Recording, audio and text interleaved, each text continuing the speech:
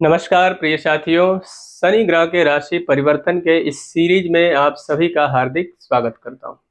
मित्रों, शनि ग्रह का जो राशि परिवर्तन है वह 29 मार्च 2025 शनिवार और अमावस्या तिथि के दिन हो रहा है। शनि ग्रह जहां पहले कुंभ राशि में विराजमान थे, वही राशि को परिवर्तित करके और मीन राशि यानी कि देवगुरु बृहस्पति की राशि में प्रवेश कर रहे हैं।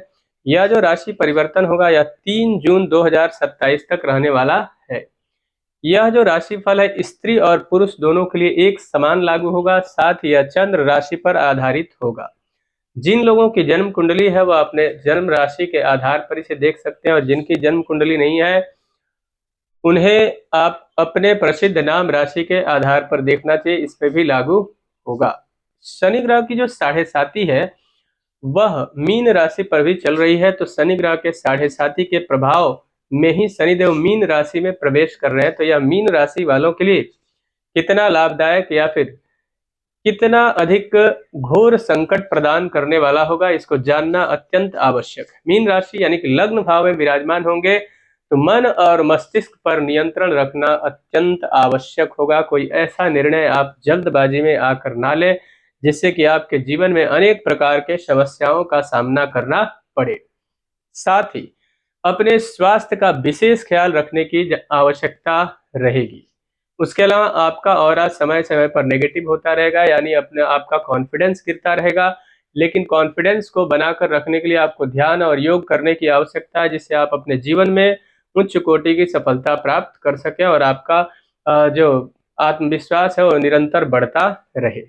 शनिदेव की जो तीसरी दृष्टि है वह तृतीय भाव पर होगी, जो आपके स्किल को बेहतर बनाने में आपकी बहुत मदद करेगी। साथ ही एक बात का विशेष ख्याल रखने की आवश्यकता रहेगी, आपके भाई बहनों से आपका संबंध किसी भी बात को लेकर खराब ना हो, और आपके बीच में जो संबंध बहुत बेहतर है वो किसी भी प्रकार से विच्छेदात्मक योग ना बने, इस बात का विशेष ख्याल रखना। इसलिए अगर थोड़ी बहुत समस्या वाली बात भी होती है तो उसको प्रेम पूर्वक निपटाने का पूर्णतः आप प्रयास करें, या आपके लिए लाभदायक सिद्ध होगा, अन्यथा हानि हो सकती है। शनिदेव की जो सातवीं दृष्टि है वह सप्तम भाव पर होगी।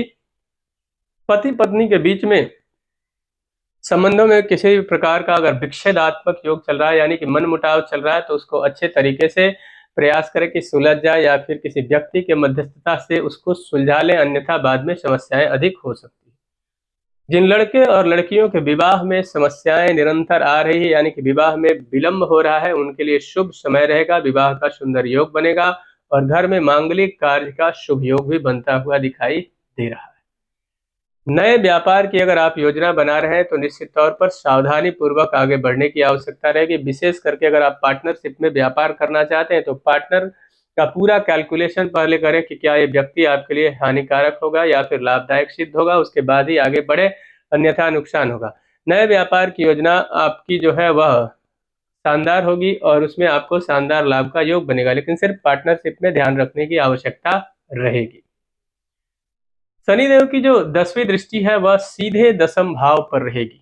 दसम भाव पर दृष्टि पड़ने से नौकरी पेशा वालों के लिए थोड़ी सी सावधानी बरतते हुए आगे बढ़ना होगा, क्योंकि आपके कलीग और आपके जो बॉस होंगे वो आपके ऊपर किसी भी प्रकार के षड्यंत्र को रच सकते हैं, जिसमें आप उलझकर कहीं आप अपनी नौकरी को ना खो दें। इसलिए सावधानी पूर्वक अगर आप आगे बढ़ते हैं तो बाल भी बांका आपका ये लोग नहीं कर पाएंगे, और आपने कार्य क्षेत्र में आप उच्च कोटि के सफलता को भी प्राप्त करेंगे। पैतृक संपत्ति या पिता के साथ संबंध किसी भी प्रकार से खराब ना हो, इस बात का विशेष ख्याल रखने की आपको आवश्यकता रहेगी।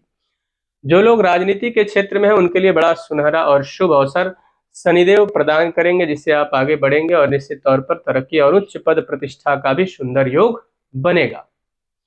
विदेश से मान सम्मान और पद प्रतिष्ठा का योग बनेगा। विदेश से कुछ शुभ समाचार आपके जीवन में आपको प्राप्त हो सकता है, जिससे आपकी खुशियां